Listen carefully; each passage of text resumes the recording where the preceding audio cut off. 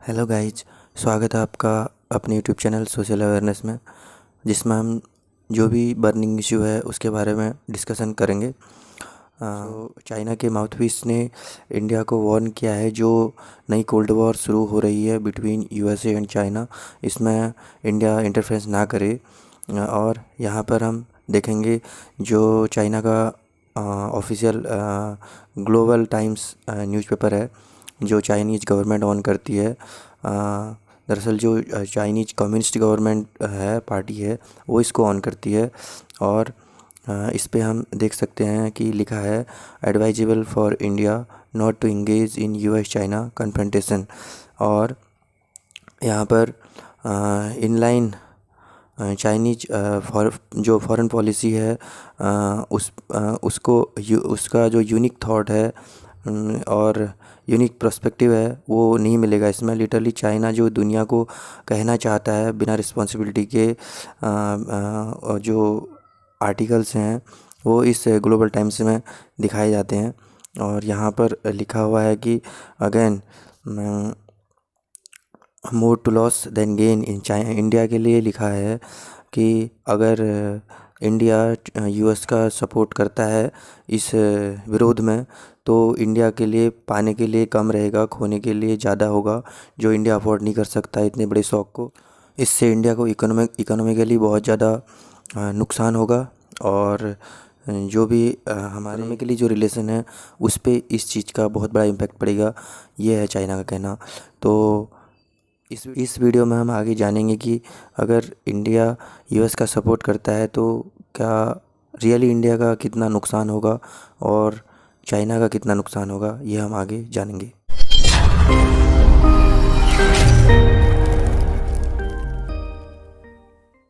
ये शुरू करते हैं मेन जो टॉपिक है उसमें। जो चाइनीज़ माउथपीस वार्न करता है इंडिया को as US China tension escalate over a wide range of issue covering almost every real. Some are predicting that the world's two largest economy are about to enter a new cold war.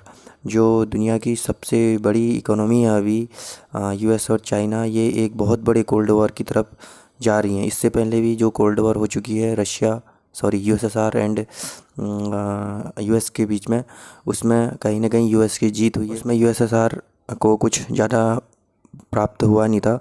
तो आगे ये लोग लिखते हैं कि at this juncture India need to be careful about being involve in the US China rivalry.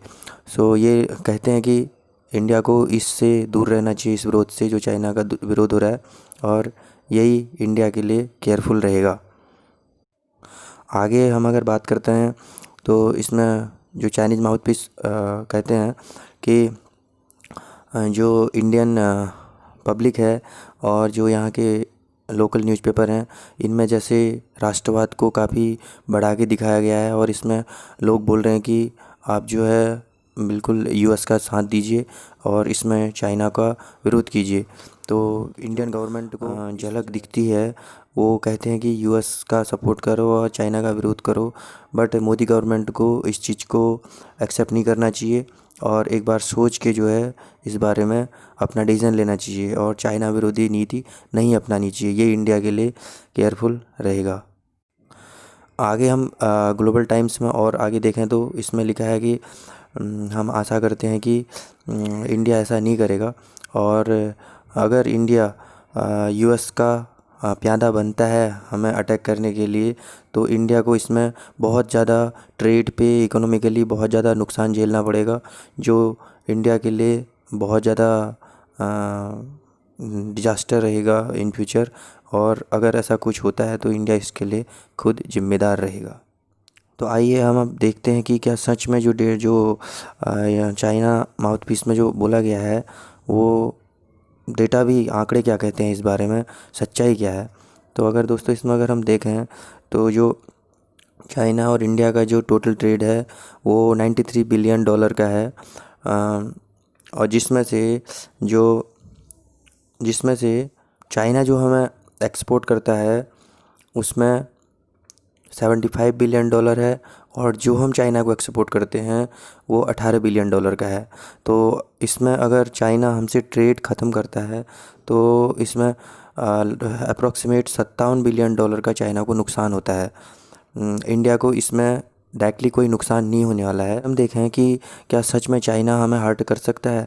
So even if China stops trade with India, the Indian economy will just and up saving 56 US dollar. अगर China हमसे अपना trade stop करता है तो सच में हमें 56.8 billion dollar का फ़ायदा होगा। However the problems can arrive if China stop export of API manufacturing components और इलेक्ट्रॉनिक हार्डवेयर इमीडिएटली। बट अगर चाइना इमीडिएटली अगर इसकी सप्लाई रोक देता है, जो भी हम उनसे API मंगाते हैं, मैन्युफैक्चरिंग कंपोनेंट मंगाते हैं। API वो होता है जो एक्टिव फार्मास्यूटिकल इंग्रेडिएंट होते हैं, जो जिससे दवाइयाँ बनती हैं फार्मास्यूटिकल इंडस्ट्रीज़ में। और जो भी मैन्युफैक्चरिंग इंडस्ट्री है हमारी, उसके जो पार्ट होते हैं, इलेक्ट्रॉनिक हार्डवेयर होते हैं, अगर इनकी सप्लाई को एकदम से रोक देगा तो शायद कहीं ना कहीं हम पे थोड़ा बहुत उस चीज़ का इफ़ेक्ट पड़ सकता है। इनिशियली हमारी इंडस्ट्री एक डिप्रेशन में जा सकती है और हमें बहुत टाइम लगेगा इस चीज़ से, कुछ 2-4 साल लगेंगे कि यहाँ डेवलप करें। तो उसमें हमें कुछ इनिशियल टाइम लग सकता है, जिसमें हमारी जो इकोनॉमी है थोड़ा बहुत डगमगा सकती है। और ज़्यादा नुकसान इसमें चाइना का ही होगा, जो 56 बिलियन डॉलर का है। अगर हम बात करें 56 बिलियन डॉलर की, तो जो चाइना और पाकिस्तान कॉरिडोर बन रहा है, इसकी भी कॉस्ट इतनी नहीं है पूरे, जितना हम पर ईयर जो है चाइना को यहाँ से पैसा पंपिंग करते हैं, इतनी उनकी पूरे इस कॉरिडोर की कॉस्ट नहीं है, जिसको बनाने में 15 साल लगने वाले हैं। तो हम हर साल जो है चाइना को इतना पैसा देते हैं। आगे अगर हम बात करें कि चाइना इतना गुस्से में क्यों है, तो जो ट्रम्प ने अभी अनाउंस किया है कि G7 का एक्सपेंशन होगा और उसमें इंडिया को जो है G7 का मेंबर बनाया जाएगा, जिसके लिए भी रशिया, इंडिया, ऑस्ट्रेलिया और जापान, इन कंट्रीज़ को भी जो है निमंत्रण दिया गया है ज्वाइन करने के लिए। तो इससे चाइना ज़्यादा गुस्से में है। और जो यूके ने अनाउंस किया था कि हम D10 ग्रुप बनाएंगे चाइना को घेरने के लिए, 5G में इसका कोई भी योगदान नहीं रहेगा चाइना का। ये जो D10 ग्रुप हैं यही 5G को इस्टेब्लिश करेंगे सारी अपनी अपनी कंट्रीज़ में।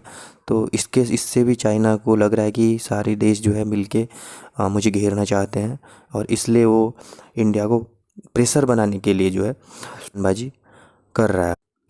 आगे हम अगर बात करें तो इंडिया ने इस मोमेंट से निकलने के लिए कुछ काम किया है या फिर ऐसे ही हवा में बातें हो रही हैं। तो इंडिया ने इस पे एक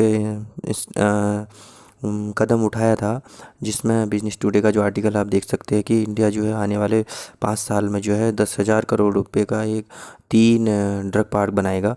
बट इसमें जो 10,000 करोड़ रुपए हैं काफ़ी कम अमाउंट है और 5 साल लगने वाले हैं इसमें। तो ये अभी के सिनेरियो में कोई हमारे काम नहीं आने वाला है, और इस पे हमें लगता है कि इंडिया को जो है और पैसा डालना चाहिए और कम समय में इस टाइप के चीज़ें करनी चाहिए। या फिर अगर हम आगे बात करें तो हाँ, यूएस की तरफ से इस बारे में क्या कहना है। तो यूएस के जो सेक्रेटरी हैं Mike Pompeo, the economical times का ये आर्टिकल है, उन्होंने कहा है China using tactical situation on ground to its advantage.